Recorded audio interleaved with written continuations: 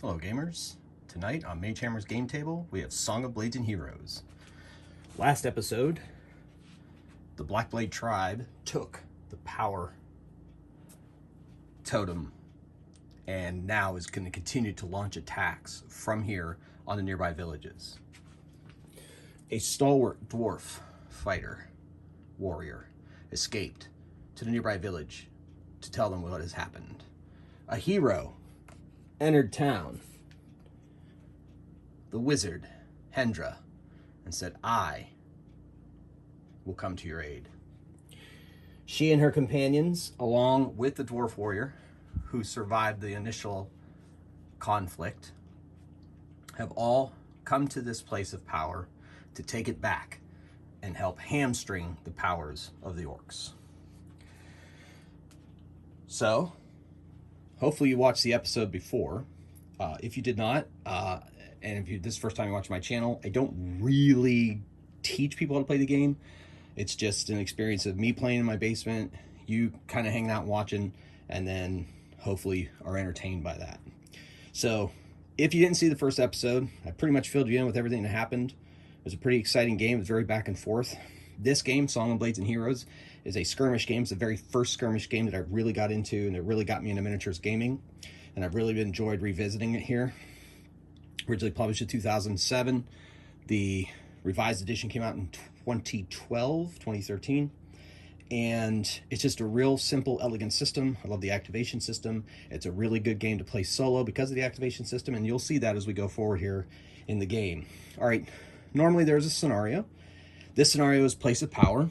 Any magic user that is adjacent, and this shaman here is a magic user, has the magic user special ability in this game.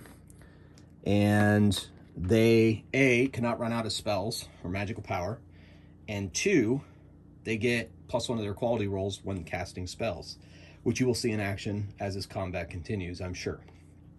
Okay, so without further ado, I'm not going to go too much into the rules. You kind of pick it up as you go, especially if you saw my last episode. I did a little bit more explanation of the rules. You could go check that out if you'd like before you start watching this one. So in the meantime, we're going to get started, determining which side gets to go first. Normally, the armies start a small stick. This game is measured in sticks. Start a small stick from the one side of the battlefield, but I decided that it didn't make any sense for that to be with the orcs. They need to hold this position, so actually they're going to be kind of in an advantage as the villagers' champions come to help kind of take care of the problem. Okay, so the first couple... All right, so not all of the minis are... the first row of minis here appear to be 2 sticks away, so they do not get a free move. They will have to activate. But the ones that are behind will be able to get a free move. Normally, you have to dice to activate. So I was just thinking ahead of my tactics. Anyway, we're going to roll to see who goes first. Obviously, the orc dice are the orcs, and the axe dice are the heroes.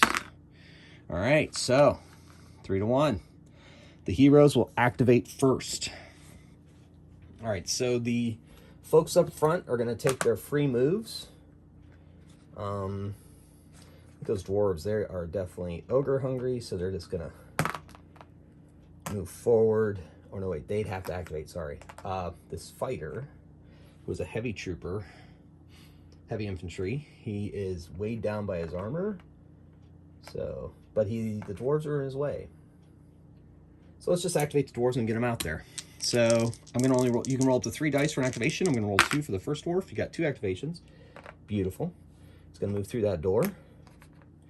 And he's going to move up into this wall here. Get some cover, because he knows that they have archers. The other dwarf gets 1 success, and he's going to move up through the door. All right, and then the crossbowman, he is going to try to activate. I better be careful. Let's see. Oof. What's his activation? 3+ quality. Excellent. He is within a long stick of Hendra, who has the leadership quality. So he actually is successful once, which means that they continue to act. Otherwise, he'd take his action and we'd move over to the orcs activation, who by now have probably heard those very unstealthy dwarves making their way towards their position. So the crossbowman gets to have one action. So he's going to move up behind this wall, getting ready to be able to do some damage, hopefully, and counter the other team's archers. Right now, this heavy guy is going to take his free move. These dwarf warriors are going to move up that direction. They get a free move because they started the game less or more than 2 long sticks away from the enemy units. Models, not units, wrong game. All right, then that rogue thief wants to stay near terrain, so they're just going to move here, sticking next to the terrain. And Hendra, she's actually going to try to activate, because you can choose to activate if you want, and she gets 2 activations. The 1 is always a failure. So she is going to move. She wants to get close to that place of power, but she also needs to stay close to her people so that she can give out orders. So she's going to move about there, which is going to kind of make her a bit vulnerable, but she's willing to take the risk. All right, now that all of the models on this side have activated, it's now time for the orcs to take their turns. Now these archers could take a free move. That dwarf can't, or that orc warrior can't, shaman can't, ogre, leader, black blade. Ravor's back. He survived, but he's back. He was defeated in the last one. That archer can't. Okay. So this archer gets a free move. So that archer's just going to move up and get that one out of the way. He's going to try to flank the approaching enemy, get himself into a good position to fire. The rest are going to have to activate. And so, the last game, the ogre Kronk was slain. So Blackblade sent back to his caves for another ogre heavy to help guard the place of power. And this one is Cork. So Cork is going to activate. Now he's next to his leader, so his quality is improved by 1. And so he's got a 3 activation, so he gets 1 activation. Now since he's big, he gets a long move. He's going to put himself right out there and wants to start smashing some dwarves. Obviously, since he didn't have a second action, he cannot do that this turn. The shaman is going to attempt to cast a spell, but to be able to get line of sight, he's going to have to move to the side of that power position. He's not going to be able to hit anybody. He's just going to activate. So that's only 1 activation. And he's basically going to move here to help give him some better line of sight, and he's still in contact with that terrain to gain its advantage for his spell casting. Ravor is raving mad, or this, we'll move this orc warrior. He got 1 activation. He's going to move here, try to do his own flanking action. And then Ravor over there. Now Ravor, he's not taking the risk.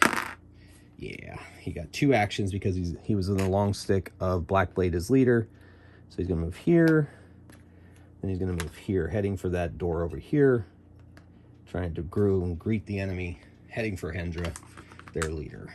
She could be in trouble. We'll see. That's why we play, right? And then Blackblade himself, since he's the last model to be... Oh, no, that archer over there. He's got 1 activation. He's going to move... He can only move in a straight line, so he's going to move there.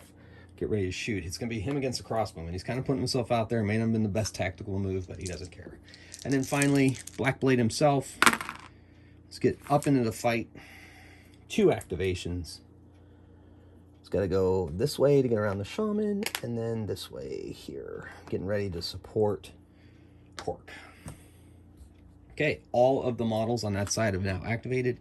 So now turns over to the other side.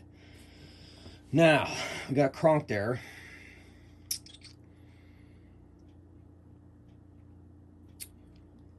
I think that ogre is a pretty big threat, but so is Ravor. I think Hendra is going to go first, and she can see Ravor, so she's going to cast a spell at him, trying to transfix him. And she got, oh my goodness. She got 2 failures. She gets 1 off, but it's short range, so he is out of range of her spell, and that slips over the turn. Darn it. Okay, so here comes Cork. He doesn't care. He's gonna activate. He's rolling. He's near his leader, so he's gonna try for 3 dice, and he gets 3 activations. So now he has 3 actions this round. So he's gonna move on the closest dwarf, use a power blow, and then attack. Power blow subtracts 1 from his target's combat score. Minis in this game, models have quality and combat, and then some special abilities. That's it. That's one of the reasons I like it. It's great. Okay, so melee combat happens simultaneously. Kronk is big. He's bigger than his opponent, so he gets a +1 to his combat. So he is at 5 combat, and then this dwarf warrior is a dwarf elite. He has a 4 combat, -1, 3. So Cork is adding 5 to this roll, and the dwarf is rolling 3. So 8 and 7. So Cork wins. All right. So since Cork rolled a odd number, this character would normally recoil. However, since it cannot recoil, it is fallen, which makes him extra vulnerable to attack. It's not good. All right, Blackblade smells blood, but he can't quite get there. I mean, he could go over, but he can't stabilize, and he can't move through that model. So we're gonna wait. Yeah, let's see what Ravor does. See if he can get up on Hendra. He's on the long stick of Blackblade, so he's gonna take his chances. All right, 2 successes. Thankfully, so because he's close to Blackblade. So he is going to move 1, or is he going to move there? He's still not going to get to that dwarf. Yeah, he's going after the boss. He's going after Hendra. And then he has a second action, which will put him right up on her, but not enough to actually attack. Still the orc's action. That archer over there is going to fire on the crossbowman. The crossbowman has cover, so the crossbowman gets +1 to his. Well, let's see if he's got to activate first. Woo! He failed, I think. Yeah, archers have a 4+. Even though he's at a long stick of his leader, that would make it a 3+. He rolled a 2 and a 1, so turn switches back to the heroes. All right, well, the first one you have to do is get that dwarf up, because if he doesn't get up now, he's going to be in trouble. Well, he got 1 activation, which stands him up, but he doesn't have enough to attack. However, his buddy over here, his fighting partner... Oh my gosh, Snake Eyes, holy moly. Well, back over.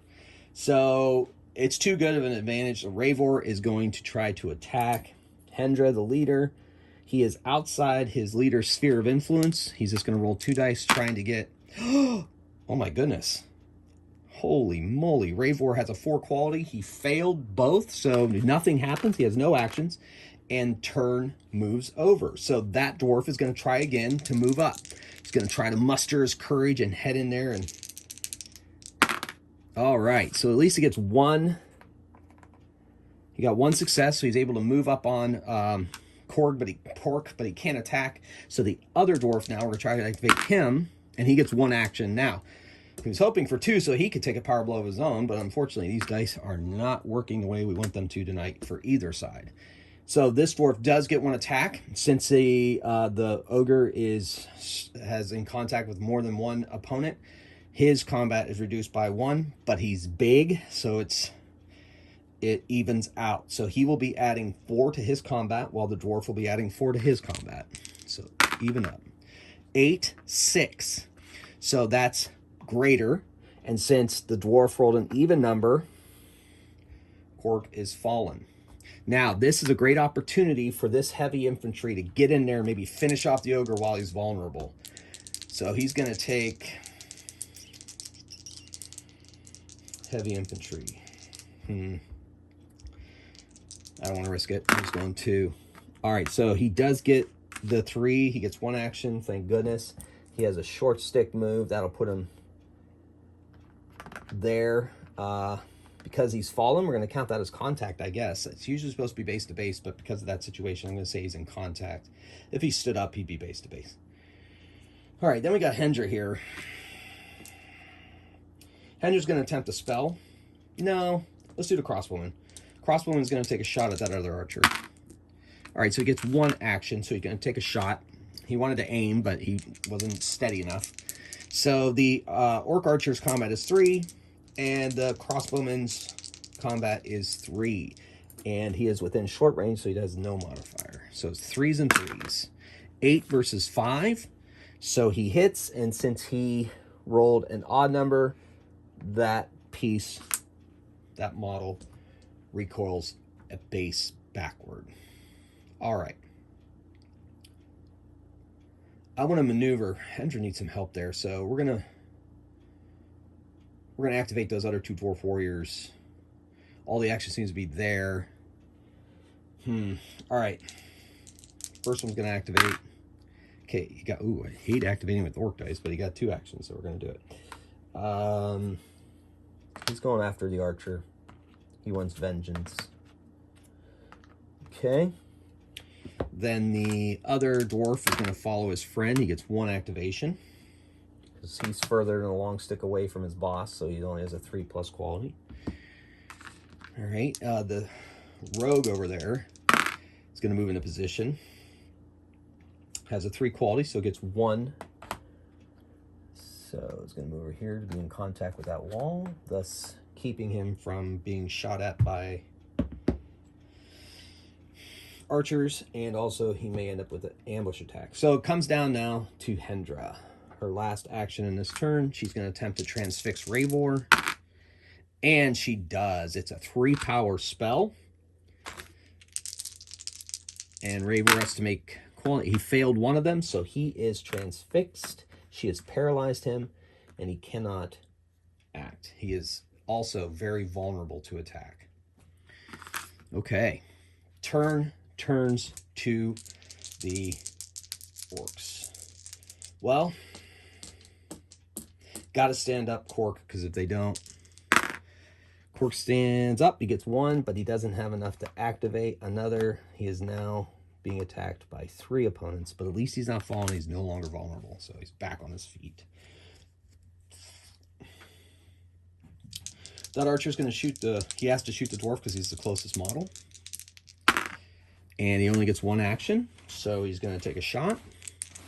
That dwarf warrior has a 4 combat versus the orc archer's 3 combat.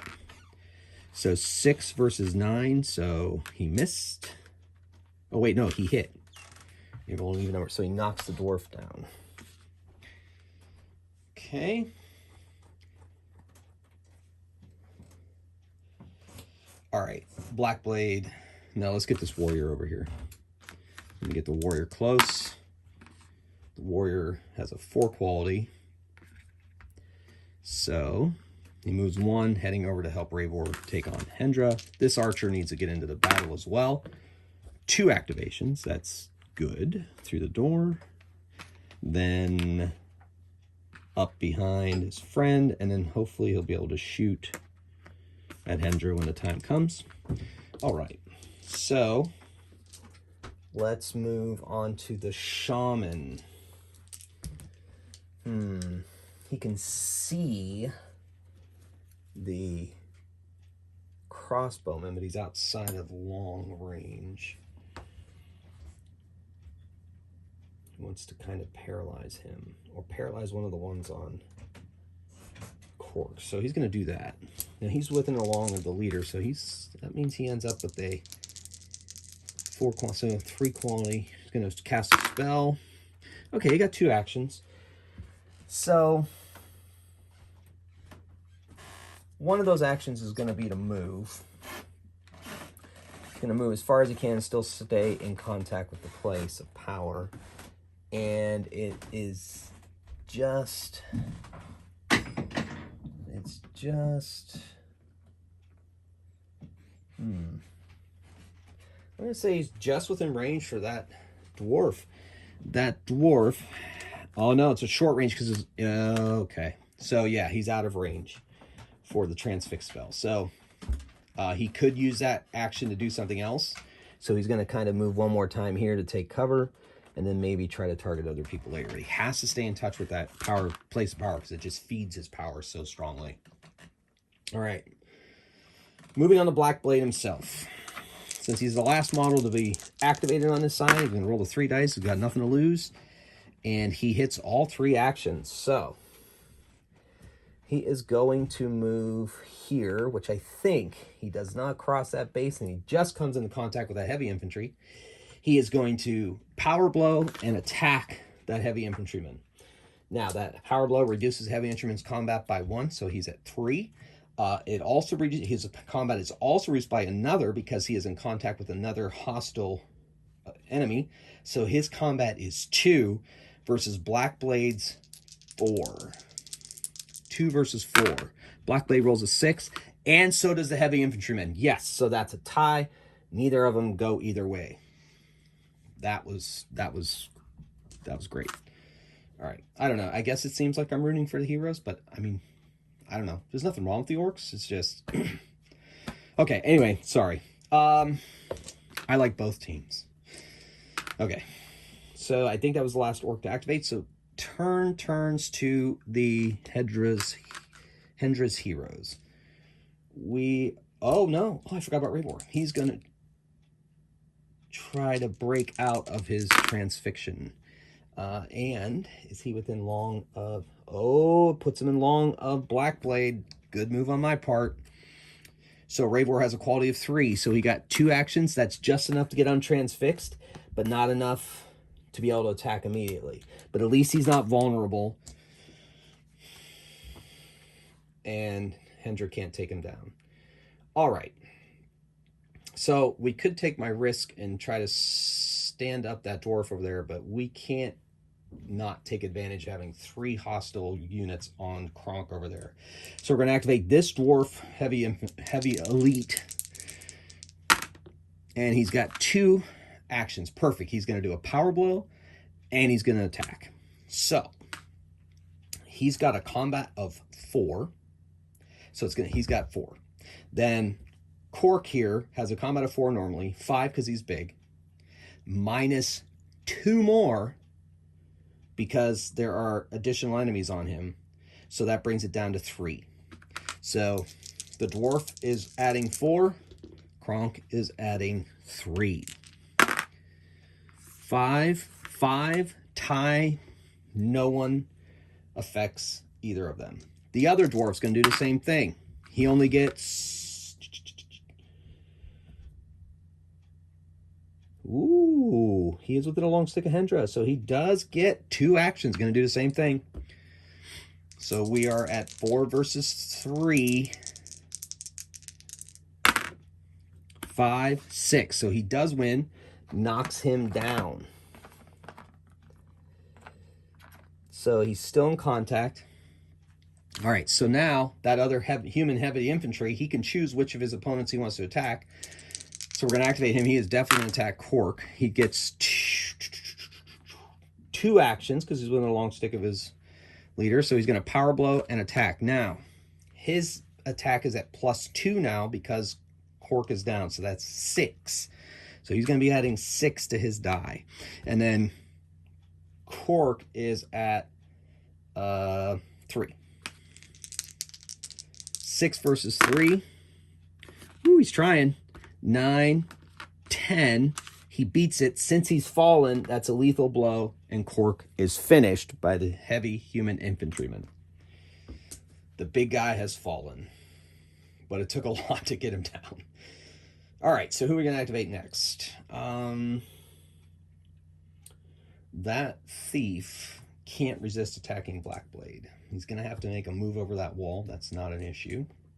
It'll just be a regular move action because it only it would take his medium stick down to a short stick, and he can make that easily. And then he gets +1 from ambush because he's attacking from a place of terrain cover. So he's going to do it. All right, he's a long stick away from his leader. His activation is 3, yep. So he goes over to the wall, and then he attacks Black Blade. Black Blade has a 4 combat, -1 because he has an additional enemy on him, so he's rolling a 3. And then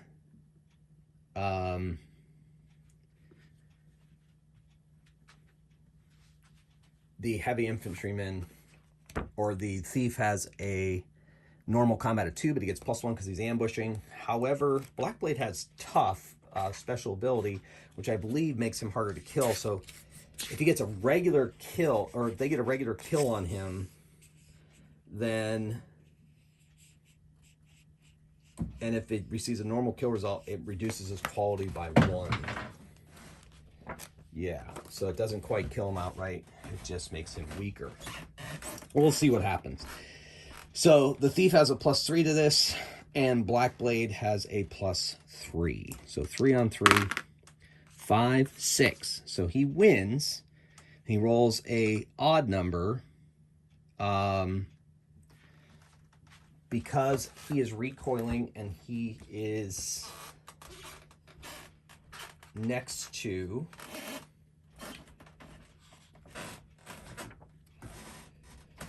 model opponent does not refer you have from the additional opponents.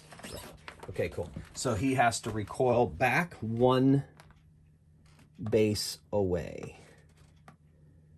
And the thief is going to follow up and kind of tie him down, kind of sacrifice himself. I'm using the optional follow-up rule. If there's a recoil, the person that made the attack can follow up.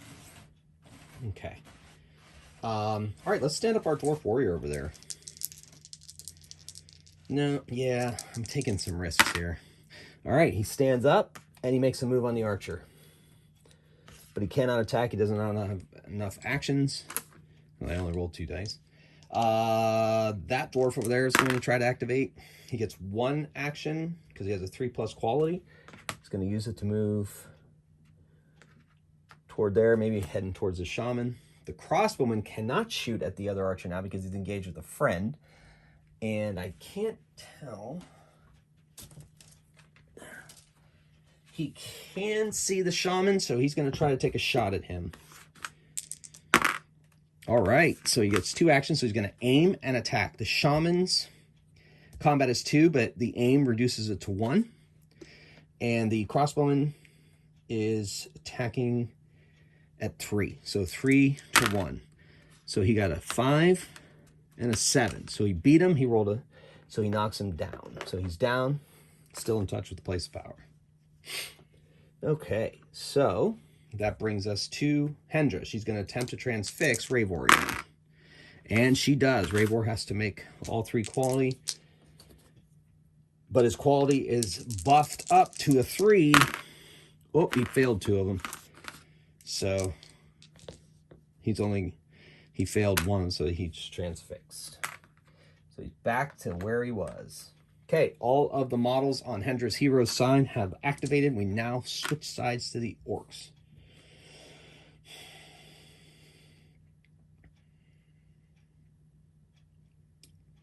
All right, I'm gonna move these. I'm gonna move the warrior up to kind of take over if Ravor falls. So he's got 2 actions. He's going to use them both to come into contact with Hendra, but doesn't have enough actions to attack this round. The Ravor does not count as a active combatant if that guy were to attack her. Okay. Let's see what we're going to do here. You know what? Ravor now, it's too good of an opportunity. He's going to try to... No, Black Blade's going to kill that thief. Or try to. He gets 1 activation. The thief has a 2 combat, while Black Blade has a 4. So he's rolling 9, 8, or no, wait. 7, or oh man, I'm not really good at math here. 9, 2, I was right the first time, 8. So he does beat him and knocks him down. because it's an even number. Or no, it's an odd number he rolled. So the thief recoils. Well, you know what? Blackblade likes not being surrounded, so he's going to not use the follow-up rule.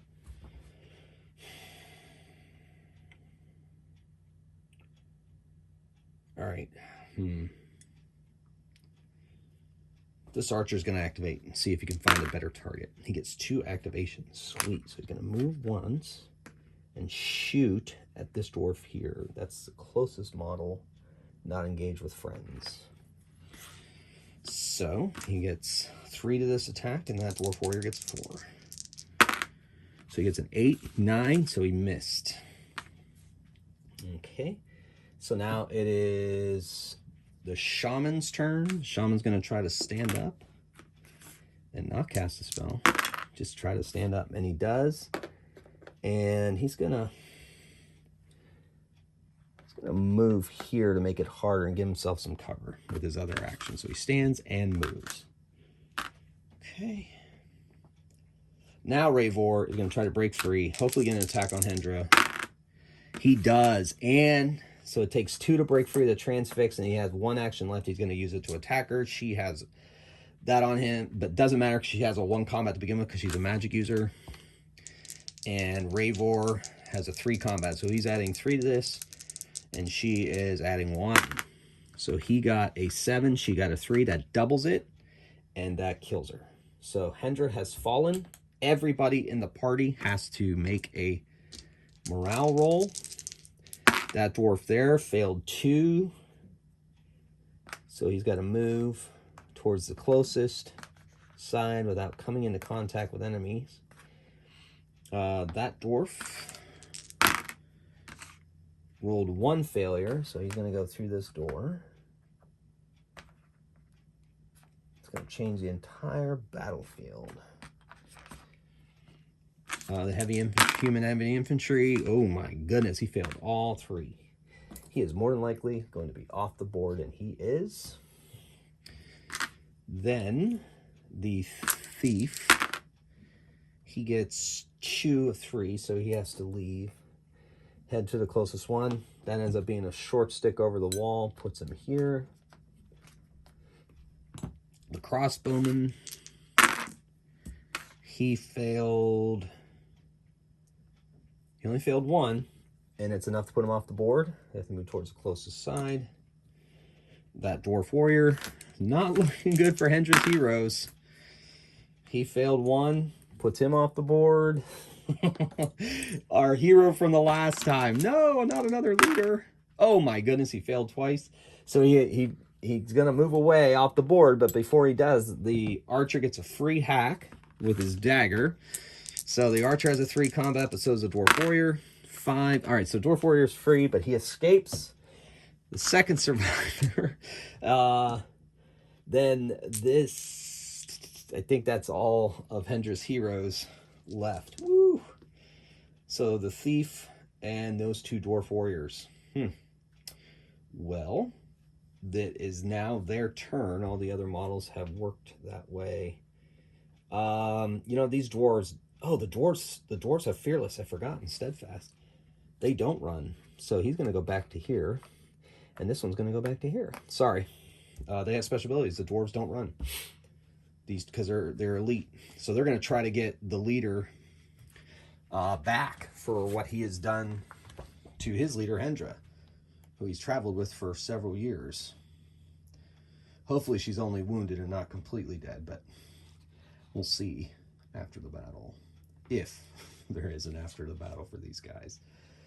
Okay, so steadfast, they have +1 morale rolls. However, they're fearless. So what does fearless do?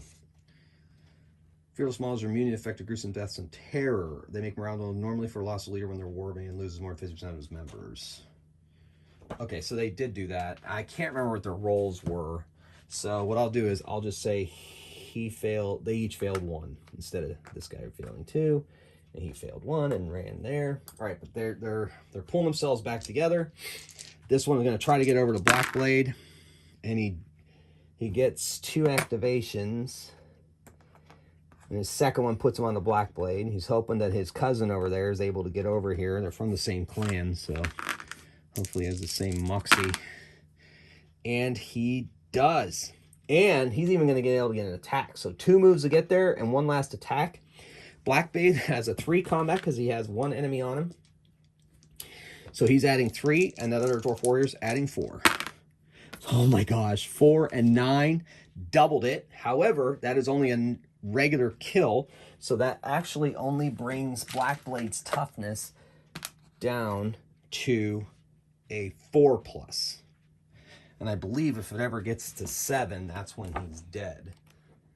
So tough is really coming in handy for the leader of this tribe. That's probably how he got to be the leader, if you think about it. Let's look at tough real quick just to make sure I'm doing it right. When it receives a normal kill result, the modifier is just wounded. The model is not removed, but its quality target roll goes up by 1. So yes, so he now has a 4+ quality. If it reaches 7, he's gone because you can't activate anymore on a D6 because of that. Okay, well, the rogue is going to try to, he is inspired by the dwarves, so he's going to try to activate. He gets 2 activations. So he's going to go hide and try to ambush. He's going to try to ambush Blackblade. So he's got 1 here, and then he's going to make a second move to kind of move up against that wall. So he'll be able to move out of there and attack and hopefully take him down. That's my strategy, at least. Those guys know he's there, I get. We'll see. We'll see when they come around the corner. All right, so things shift to the orcs. Ravor smells blood in the water, and he's going after that thief. He is still within a long stick of Blackblade, so his quality is 3. He gets 1 action. So he's able to move here, getting ready to take that guy on. This Dwarf Warrior, he gets 1 action because he's within long stick of Blackblade, the leader. So that's 1 activation. So he's going to go with the thief from the other way. Well, no, he's going to go to the aid of his boss. He's going to go move up on this Dwarf Warrior, though he cannot attack him this turn. The archer can't see the thief there behind the wall. That archer can't either. But the shaman is going to activate, not cast a spell, just activate. He's going to move here so that he's still touching the place of power but can see what's going on over here. He can cast transfix spells on people who are in combat with his friends. That archer over there, he activates. Oh, he does not activate, and that switches over to the dwarves, or to Hendra's heroes, what's left of them. All right, so this dwarf is going to attempt to attack Blackblade.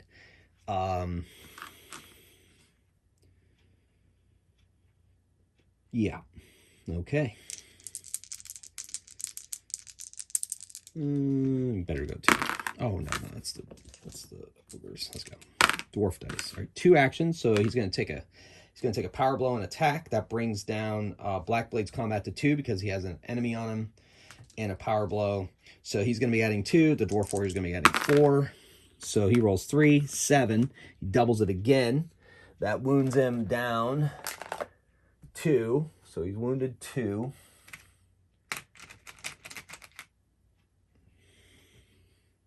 So his quality is actually started at 3, 4, 5. His quality is at 5 now.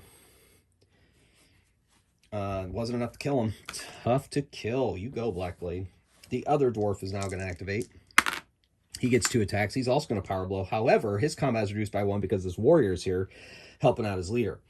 So this dwarf elite, he normally has a 4 combat. He's actually a 3 combat.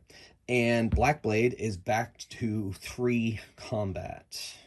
No, 2 combat because of the power blow. So 2 versus 3. 8, 5. So that's just a win. It's not a double. And he rolled that, so he actually recoils. Now, if he tries to follow up and he's in contact with that guy could get a free hack on him, so he is not going to follow. Yeah, and you know what? He is going to follow up. And he's going to take the free hack from that Dwarf Warrior. The Dwarf Warrior has a 3 combat, and he has a 4 combat. 8, 7. So he wins, but since it's a free hack, he does not affect the orc in any way. But he is off and up in Blackblade's face for the next time he attacks. That thief, He doesn't think he can handle Ravor, so he is going to try to activate, and we'll see what his activation does. Okay, so we got 2 actions out of this. The angle's all bad. He's not going to be able to get to that Orc Warrior. So he is actually, he's going to move up in Ravor and fight. Okay, so 2, but he's moving off a train, so he gets +1. So it's 3 versus Ravor's 3. 9, 8. Ravor wins, knocks the thief down. Now the thief is fallen and vulnerable, but still able to defend himself. Okay, I think I can activate that archer over there. I don't think he's activated yet. And he does not activate at all. I can't remember if I did or not. Either way, it's inconsequential. Because now, wow, why do I always activate the wrong dice? All right, so we got 2 activations. But can't remember if I activate with him. So he's going to move 1 and fire at that guy because he has a medium range. So he has a 4 and the archer has a 3. So 9, 8. Oh my gosh. So he hit him and he rolled. So he's fallen. Good arrow shot. Okay, now it switches to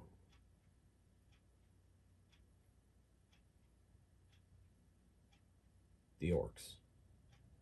Right, so I just moved the archer. All right, so we're going to activate this orc. He only gets 1 action, but he moves up on that dwarf warrior, which will help his leader. Blackblade has a 5 activation now because he's wounded. He's not going to take the risk that he turns over, but he's not able to activate. Okay. So those 2 gone. The archer's gone. The shaman is going to try to transfix that.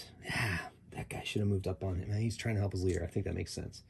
The shaman is going to attempt a spell on the heavy elite dwarf fighting leader.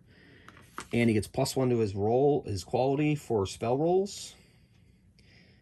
And his normal quality is 4, but he is within a long stick of his leader, so they're actually 3, so it's 2. So you got 3 activations. The dwarf is at 3 quality. Makes all of them is not transfixed. Dwarven stubbornness kicks in. And he is still active. This archer now moves. He gets 1 move. Doesn't get to shoot. But he's heading over maybe to take out that dwarf that's on the ground over there. Then Ravor is going to smash the thief. Since this is the last model to move on this side. He gets, 2 activations. So he's going to use Power Blow. And he's got a 5 combat with the fallen model bonus. And the rogue is down to a 1 combat. This does not look good. So 9, 6, how he tried to fight it.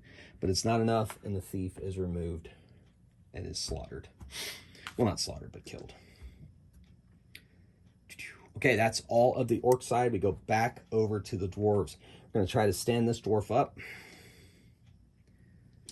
They got nothing to lose at this point. We're rolling 3 dice. All right, so he's got 2 activations. So he stands up, and he moves onto the boss man. The other guy, oh my gosh, he got 1 success, but unfortunately, he gets to attack. So we'll see. He's got to make this count, because otherwise, well, the turn would have passed anyway, so it doesn't matter. But he only gets 1 attack, no power blow.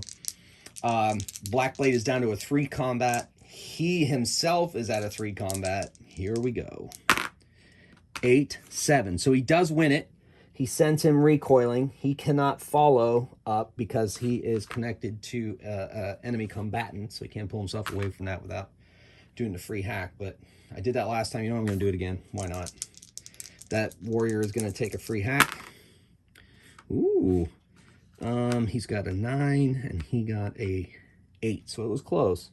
But he is not wounded in any way and gets to move up onto Blackblade. Now it's the orc's turn.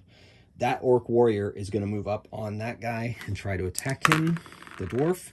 He at least moves up on him, which allows Blackblade to take a shot. Now the shaman's going to try to transfix him. 1 failure, 2. So he has to make, it's a 2 power spell. He has to make He makes both of them. He cannot be transfixed. He cannot be transfixed. All right, so Blackblade's not messing around anymore. He's going to try to take this guy down. Holy moly. So he gets 2 actions. So Power Blow, attack with another enemy. The Elite Dwarf's combat is 2, while Blackblade's combat is 3. No, 4. He got it. 9. Oh, it was bound to happen eventually. 3. So he tripled it. It's a gruesome kill. He's completely removed from the board. He has to make... He fails. He moves to that door. And he moves there. Not looking good. All right. So there were 2 failures from... Or no, not 2 failures from Blackblade. 1. So they're still active. So this archer is going to activate. And... he does get 2, so he's going to move so that he can see the dwarf, and then he's going to take a shot. 3 versus 4. 4, 7, so he misses. The other orc archer is going to activate. Oh, he does not activate. So that switches sides. The heavy dwarf knows that it's time to run away, and he is going to go try to remuster the troops to come after the tribe of Blackblade. Tribe of Blackblade stands triumphant. They have maintained their grasp on the pillar of power, and they're going to be using that to fuel their upcoming raids on the neighboring villages. Can the heroes dislodge them? Can they get them out where they're dug in? The tribe of the Blackblade, except for the fact that their ogres tend to fall, have stood strong. I mean, all these guys are survivors of the last battle as well, except Ravor. But I rolled for him and he came back. He was only unconscious. So excellent, excellent game. Real tense. Hopefully I made all the right decisions. All right, folks. Well, hopefully you enjoyed that. Thanks for watching. I'm loving revisiting Song Blades and Heroes. And if you're interested in this game, go ahead and look it up. It literally costs $8 PDF on Drive-Thru-RPG or More Game Vault or pretty much anywhere else on the or Gumroad. Go ahead and go out and check it out because it's really fun. You can use whatever minis you got. All right, once again, this is Magehammer. Thanks again for watching. Hope you enjoyed it, and I'll see you in the next video. Thank you.